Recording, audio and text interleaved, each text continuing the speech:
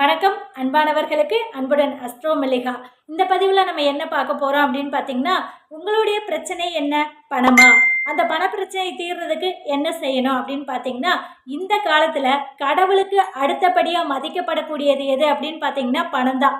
அந்த பணம் இல்லாதவங்க பார்த்தீங்க அப்படின்னா பிணத்துக்கு சமம் அப்படிங்கிற கண்ணோட்டத்தில் தான் மக்கள் இன்னைக்கு நம்மளை எல்லாரையும் பார்த்துட்டு இருக்காங்க இல்லைங்களா? காசேதான் கடவுள் அப்பா, அந்த கடவுளுக்கும் இது தெரியும் அப்பா.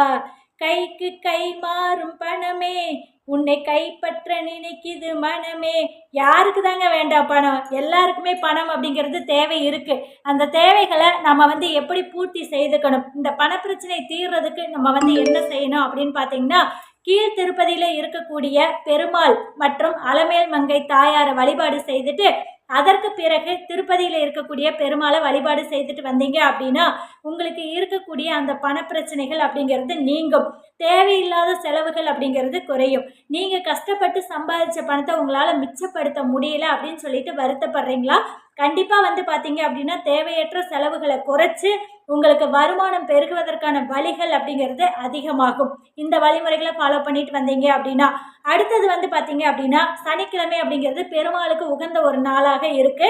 அந்த சனிக்கிழமை அன்னைக்கு பார்த்தீங்க அப்படின்னா பெருமாள் கோவிலுக்கு பக்கத்தில் இருக்கக்கூடிய பெருமாள் கோவிலுக்கு போயிட்டு வாங்க.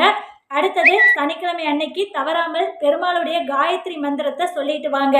ஓம் நிரஞ்சனாய வித்மகே நிராபாசாய தீமகி தன்னோ ஸ்ரீனிவாச பிரஜோதியாத் அப்படிங்கிற பெருமாளுடைய காயத்ரி மந்திரத்தை சொல்லிக்கிட்டே வாங்க. அடுத்தது பார்த்தீங்க அப்படின்னா இயலாதவர்களுக்கு ஏதேனும் ஒரு உதவி சனிக்கிழமை அன்னைக்கு நீங்கள் செய்துட்டு வாங்க. இதெல்லாம் செஞ்சுட்டு வந்தீங்க அப்படின்னா கண்டிப்பாக உங்களுடைய வருமானம் பெருகுவதற்கான வழிவகைகள் உங்களுக்கு கிடைக்கும். தேவையற்ற விரைய செலவுகள் உங்களுக்கு குறையும். குறைஞ்சிச்சு அப்படின்னாலே நமக்கு ஓரளவுக்கு நல்ல வழி அப்படிங்கிறது பிறக்கும் இல்லைங்களா?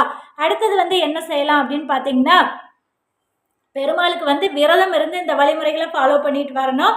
அடுத்தது என்ன செய்யணும் அப்படின்னு பார்த்தீங்கன்னா, விழுப்புரத்தில் இருந்து பாண்டிச்சேரி போகக்கூடிய வழியில் ஒரு 4 கிலோமீட்டர் தொலைவில் திருநகர் அப்படிங்கிற ஒரு இடம். அந்த இடத்துல பார்த்தீங்க அப்படின்னா மகாலட்சுமிக்கு தனி ஒரு சன்னதி, அதாவது மகாலட்சுமிக்கும் தனி ஒரு கோவில் இருக்கு.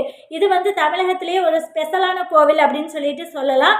இதுக்கு நீங்கள் அங்கே போயிட்டு என்ன செய்யணும் அப்படின்னு பார்த்தீங்கன்னா, அந்த மகாலட்சுமி கோவிலுக்கு போயிட்டு திருமஞ்சன காப்பு அப்படின்னு சொல்லிட்டு அந்த திருமஞ்சனம் அப்படிங்கிறத செய்துட்டு அதற்கு பிறகு சிறப்பு அர்ச்சனை உங்கள் பேரில் ஒன்று செஞ்சுட்டு வந்துடுங்க. இதை செஞ்சுட்டு வந்தீங்க அப்படின்னா கண்டிப்பாக உங்களுடைய பிரச்சனைகள் பண பிரச்சனைகள் நிச்சயமாக தீரும். சரிங்களா? வருமானம் பெருகுவதற்கான வழிவகைகள் அப்படிங்கிறது பிறக்கும். தேவையற்ற விரைய செலவுகள் அப்படிங்கிறது குறையும். இதெல்லாம் கட்டுக்குள்ளே வந்துருச்சு அப்படின்னாலே நமக்கு பண பிரச்சனை அப்படிங்கிறது நிச்சயம் தீரும் இல்லைங்களா? அப்புறம் என்னங்க, மகாலட்சுமி கோவிலுக்கு போயிட்டு வாங்க. பெருமாளுடைய விரதங்களை தவறாமல் கடைப்பிடிச்சிட்டு வாங்க. அதுக்கப்புறம் பாருங்க, மகாலட்சுமி உங்கள் வீட்டு கதவை தட்ட போகிறாங்க. உங்களுக்கு பண பிரச்சனை அப்படிங்கிறது தீரப்போகுது. எல்லாருமே மகிழ்ச்சியாக சந்தோஷமாக வாழ போகிறீங்க. அனைவருக்கும் நன்றி.